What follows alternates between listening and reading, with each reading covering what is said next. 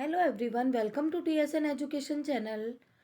Today we are going to study class 8th geography chapter 2 land, soil, water, natural vegetation and wildlife resources part 5 page number 15.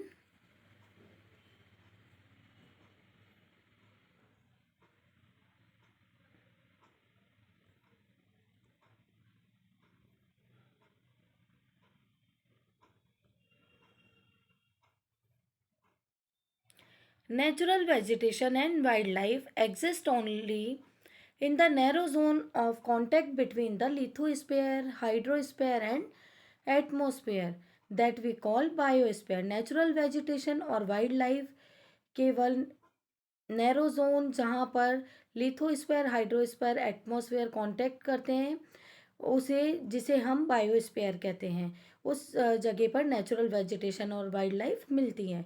In the biosphere living beings are interrelated and interdependent on each other for survival. Biosphere में living beings एक दूसरे inter related होते हैं और survive करने के लिए एक दूसरे पर डिपेंड होते हैं. This life supporting system is known as the ecosystem. इस लाइफ सपोर्टिंग सिस्टम को इकोसिस्टम कहा जाता है.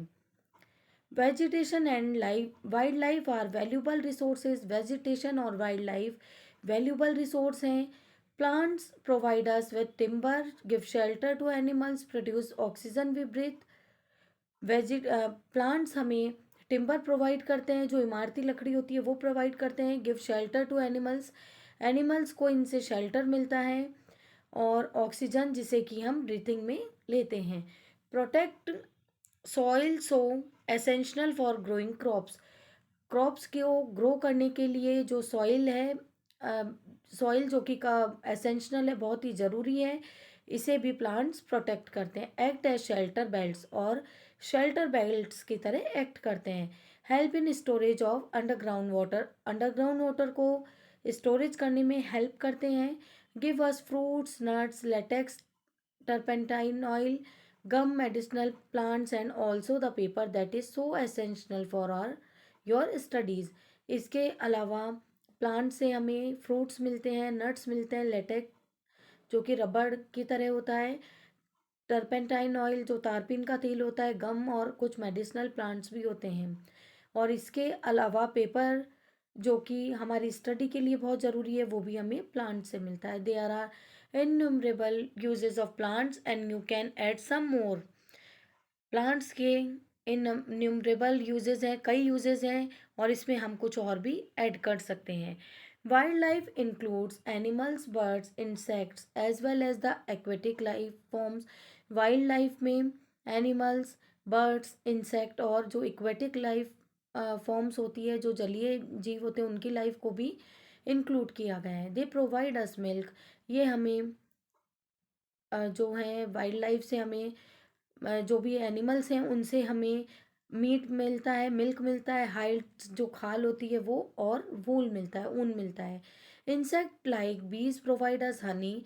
इंसेक्ट जैसे कि जो बी होती है उससे हमें हनी मिलता है, शहद मिलता है और ये फ्लावर्स के पॉलिनेशन में हेल्प करती है.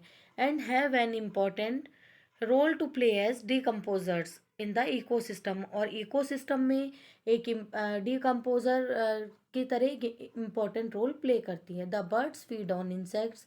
बर्ड्स इंसेक्ट्स को फीड करती हैं और डिकम्पोजर्स की तरह एक्ट करती हैं. Vulture due to its ability to feed on dead livestock is a scavenger. Vulture की जो एबिलिटी है वो डेड जो एनिमल्स होते हैं उनको खाता है और उनको फीड करता है, इसलिए उसे इन्वायरमेंट के लिए एक वाइटल उसे क्लिंजर माना जाता है इन्वायरमेंट का. सो एनिमल्स बिग और small all are integral to maintaining balance in the ecosystem. कोई भी एनिमल्स चाहे वो बिग हों या स्मॉल हों, वो इकोसिस्टम के बैलेंस को मेंटेन करने के लिए इम्पॉर्टेंट हैं. Distribution of natural vegetation. Natural जो वेजिटेशन है उनको किस तरह से डिस्ट्रीब्यूट किया गया है, डिस्ट्रीब्यूशन कैसे किया गया है. The growth of vegetation depends primarily on temperature and moisture. जो वेजिटेशन की ग्रोथ टेम्परेचर और मॉइस्चर पर डिपेंड होती है। The major vegetation types of world are grouped as forest, grassland, shrubs and tundra. जो मेजर वर्ल्ड में major vegetation के types जो हैं उनमें फॉरेस्ट, ग्रासलैंड्स, श्रब्स और टुंड्रा है। In areas of heavy rainfall, जिन एरियाज में काफ़ी हैवी रेनफॉल होती है, यूज ट्रीज मैनी ट्री, वहाँ पर काफ़ी यूज ट्री, बहुत बड़े बड़े ट्रीज होते हैं। द फॉरेस्ट आर दस associate with areas having abundant water supply. In forest वाले जो एरिया में बहुत अच्छे से वाटर की सप्लाई होती है। As the amount of moisture decreases the size of tree, जैसे जैसे मॉइस्चर डिक्रीज होता है वैसे जो ट्रीज का साइज है और उनकी जो डेंसिटी है वो रिड्यूस होती है।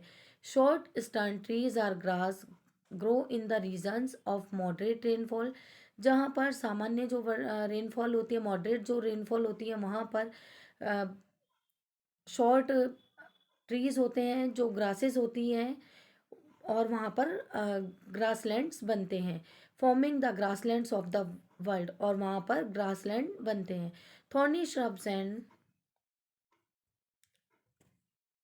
Grow in dry region areas of low rainfall, जहाँ पर बहुत कम रेनफॉल होती है और ड्राई एरियाज हैं वहाँ पर श्रब्स ग्रो होती है जो कि थ्रोनी होती है, कटीली होती है।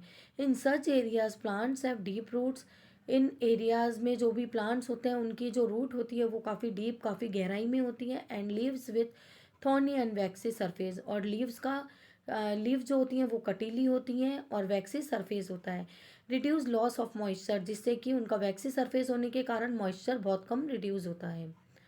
थ्रो ट्रांसपिरेशन में tundra vegetation of cold polar region comprises of mosses and लिंचेस।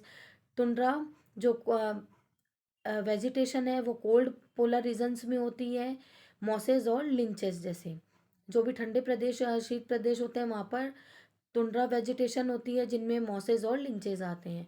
Today there are many more people in the world than there were 2 centuries back.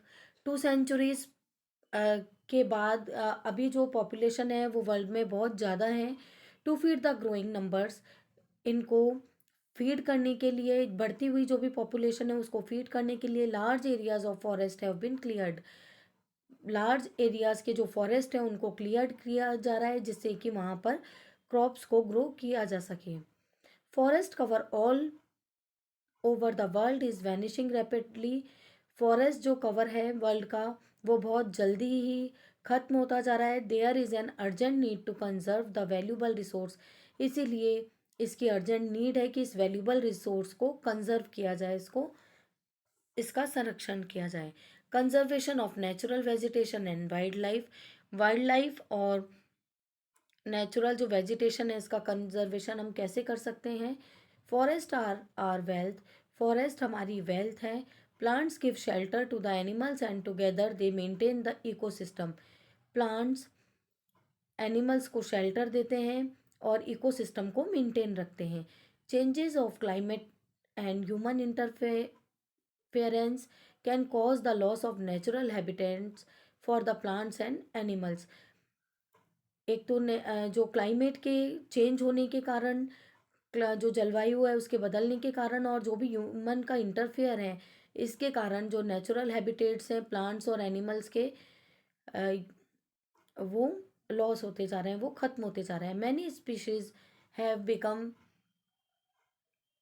Vulnerable और इंडेंजर्ड, बहुत सारी ऐसी प्रजातियां हैं जो कि बिल्कुल खत्म होने की कगार पर हैं। And some are on the verge of extinction. Deforestation, soil erosion, constructional activities, forest fires, tsunami and landslides are some of the human and natural factors which accelerate the process of extinction of these resources. इस paragraph को हम next video में continue करेंगे।